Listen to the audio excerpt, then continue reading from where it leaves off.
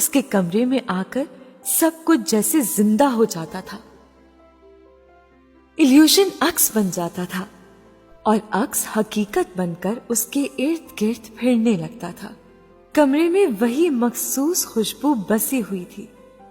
عمر کے استعمال میں آنے والی چھوٹی چھوٹی چیزیں اسی طرح اپنی جگہ پر تھیں جیسے انہیں کل ہی رکھا گیا ہو.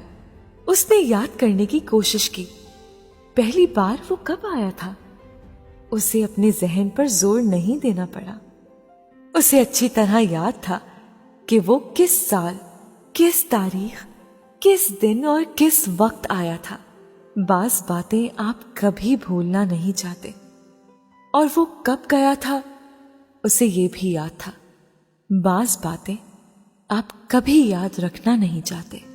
علیزہ کے لیے تب سے آج تک وہ یہیں تھا، اسی کمرے میں.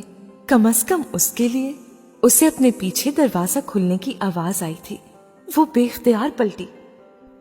اچھا، کیا تم ابھی یہ کمرہ دیکھنے آ گئی؟ میں نے سوچا میں بھی ایک نظر ڈال ہی لوں. نانو اندر آ گئی تھی.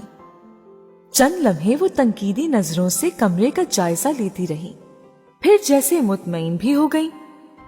میرا خیال ہے کہ سب کچھ ٹھیک ہی ہے، لیکن پھر بھی تم ذرا ہر چیز کو اچھی طرح چیک کر لینا. میں نہیں چاہتی کہ اسے یہاں کوئی تکلیف ہو. نانو مڑ کر کمرے سے نکل گئی تھی.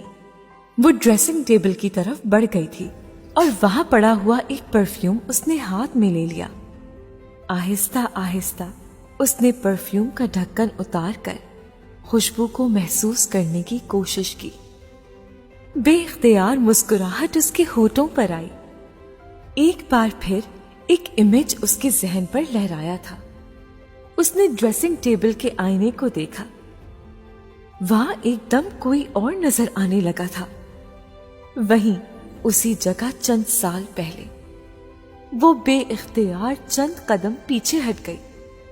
اسے اپنی گردن اور بالوں پر پھوار پڑتی ہوئی محسوس ہوئی تھی. امر بیل، دوسرا باب. وہ کار کا دروازہ کھول رہی تھی جب اس نے لاؤنج کا دروازہ کھول کر نانو کو باہر آتے دیکھا. شاید وہ کار کا ہارن سن کر باہر آئی تھیں. انہوں نے اسے دیکھ کر دور سے ہی بازو پھیلا دیے. وہ مسکراتی ہوئی ان کے پاس جا کر لپٹ گئی.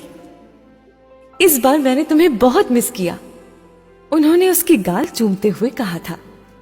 میں نے بھی آپ لوگوں کو بہت مس کیا نانو. ان کے ساتھ اندر لاؤنج کی طرف جاتے ہوئے اس نے کہا تھا. میں جانتی ہوں. انہوں نے بڑے پیار سے ساتھ چلتے ہوئے اسے اپنے کندھے سے لگا لیا. کیسا رہا تمہارا قیام؟ انجوائے کیا؟ ہاں، بہت انجوائے کیا. سمینا کیسی ہے؟ پاکستان کب آ رہی ہے؟ ممی ٹھیک ہے، ابھی پاکستان آنے کا کوئی پروگرام نہیں ہے، شاید اگلے سال آئے. لاؤنج میں آ کر اپنا بیگ صوفے پر رکھتے ہوئے اس نے کہا.